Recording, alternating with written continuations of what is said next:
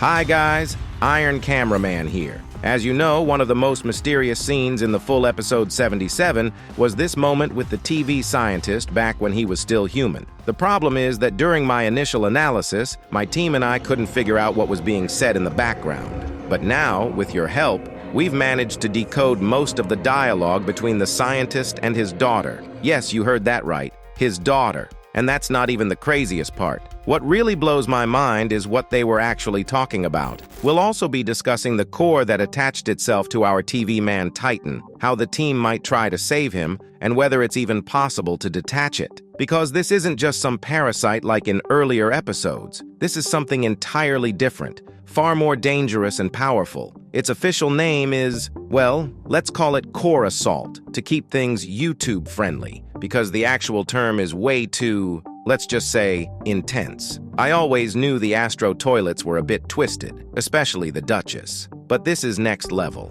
As usual, I'll also share a sneak peek of this video's preview, and of course I'll mention the new posters from Mr. Boom and briefly touch on the answers Steak gave during his live stream Q&A. We've got a lot to cover today, so grab some snacks and a drink, get comfy, and let's dive in. Alright, let's start with this device. As we saw in the episode, it didn't just attach to the Titan's core, it literally penetrated it. It's clearly visible in this moment, where the device forcibly embeds itself into the core, completely taking control of the Titan. Similar devices have appeared in earlier episodes, specifically parasites. Back then, they had a huge impact on the war, taking the initiative away from the Alliance. But now, we're seeing a similar device that's much more dangerous and powerful. Unlike the Skibidi Toilets, who mindlessly used brainwashing, this tech is on another level. Parasites were even used on regular agents, which allowed Alliance scientists to gather enough samples to learn how to destroy them. This time, though, the technology is being used exclusively on the TV man Titan, making it almost impossible to study or identify weaknesses. It's actually a brilliant tactic. Why waste resources controlling weaker soldiers when you can take over someone as powerful as the TV man Titan and use him to crush the resistance? After the victory, they could leave him to guard the planet while extracting its resources. This approach saves resources and preserves their best fighters. I have to admit, the Astros' plan in episode 77 was pretty successful. They've essentially deprived the Alliance of its last remaining powerhouse capable of fighting back.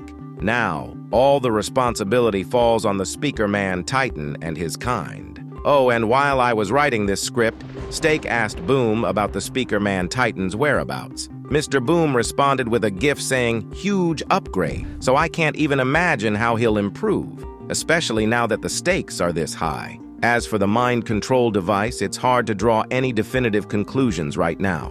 However, based on how it took over the core, removing it seems almost impossible without serious consequences. The device is positioned at a vital point of the Titan, so extracting it will likely kill the TV man Titan. If Boom takes the story in that direction, it'll be a heartbreaking moment for fans. Losing such an important character would be devastating. But from a storytelling perspective, it'd be a monumental event, on par with tragic moments like the deaths of the Skibidi Scientist, Plunger Man, and Dark Speaker in episode 70. Oh, before I forget, I recently interviewed Mr. Boom, and the exclusive video will be out soon. But if you want one of his answers in advance, check out my YouTube channel.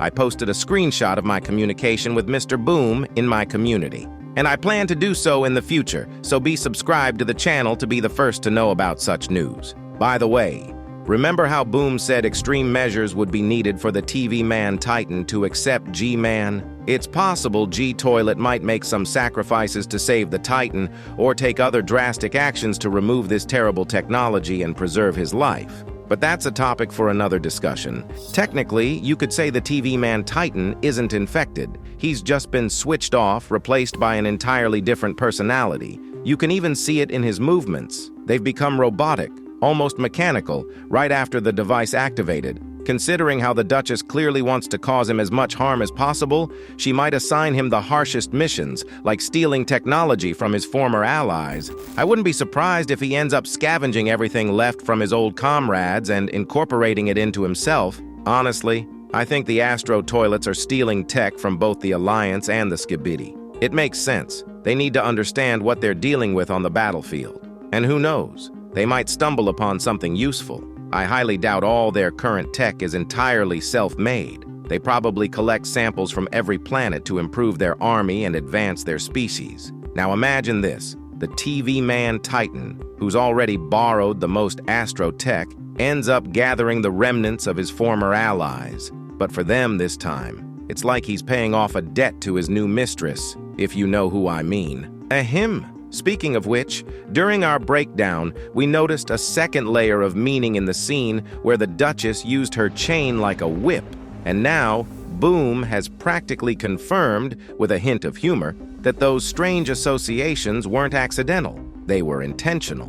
When Steak asked what the Duchess plans to do with the TV man Titan, Mr. Boom replied with a screenshot saying she'd heard rumors about his sword and wanted to check it out. The next image was of the Titan smirking. I think you get the idea? Now I understand why the Duchess's initial design looked the way it did. But all right, let's cool down this hot topic and move on to the preview.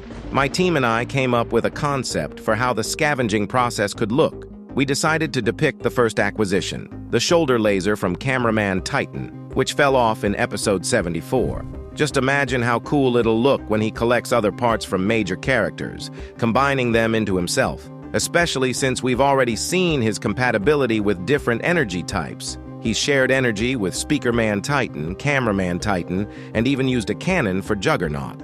So this definitely seems possible. Now let's discuss this fragment from episode 77. In it, we see the TV scientist when he was still human. This scene feels like someone's memories, as it's presented from TV Dad's point of view. It's possible that he knew the TV scientist before the events of the series and that they were acquaintances. Everything we see happened a long time ago, well before the current timeline. If you look closely at the scientist's badge, you'll see the name Tasuni Nagashita. Unfortunately, I haven't found much info about this name yet, but it's clearly Japanese. It's obvious from the surname. When Steak asked Boom if we'd see more Japanese characters, he replied with a maybe, but judging by the Tony Stark meme he used, it's probably a yes. At the very least, Samurai Cameraman will definitely appear again, especially since one of the key characters is also from Japan. They might even be connected, so we'll just have to wait and see where this storyline goes.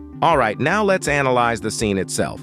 What's happening in this fragment? It might have been some kind of experiment that went horribly wrong. Judging by the broken glass and the danger signs on the screens, it's clear something didn't go as planned. The scene is shown through TV Daddy's chest cam, so it's hard to tell exactly what's happening. We're just a camera attached to him, not his consciousness. In the Skibidi Toilet universe, physics seems to work very differently, and it looks like the camera that was attached to TV Daddy became part of his body. And now, we've reached the most interesting part. Based on the voices in the background, it's clear the dialogue is between a man and a woman, but what are they talking about?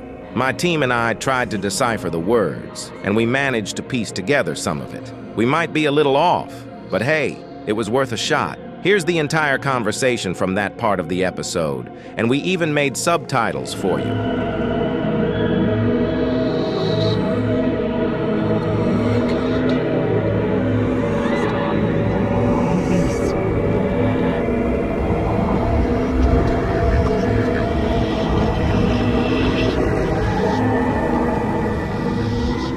It seems like the dialogue takes place between a father and daughter, most likely the TV man scientist and his daughter. Something terrible is happening. The daughter is literally begging her father to stop, but he cannot and continues doing something horrifying. This is emphasized by the sound of children screaming in the background. The exact sequence of the dialogue remains unclear, especially considering the TV men's habit of speaking everything backward. However, it seems more logical to view the conversation in reverse order, from the end of the scene to the beginning. If you think otherwise, feel free to share your thoughts in the comments. Now let's focus on another detail. Judging by a photo next to the man, it shows the TV man scientist's wife and child. It seems like he's holding someone in his hands, most likely his newborn daughter. This detail might become significant later, so keep it in mind. Based on the dialogue and the location, it appears the scientist may have used his daughter, and perhaps his wife,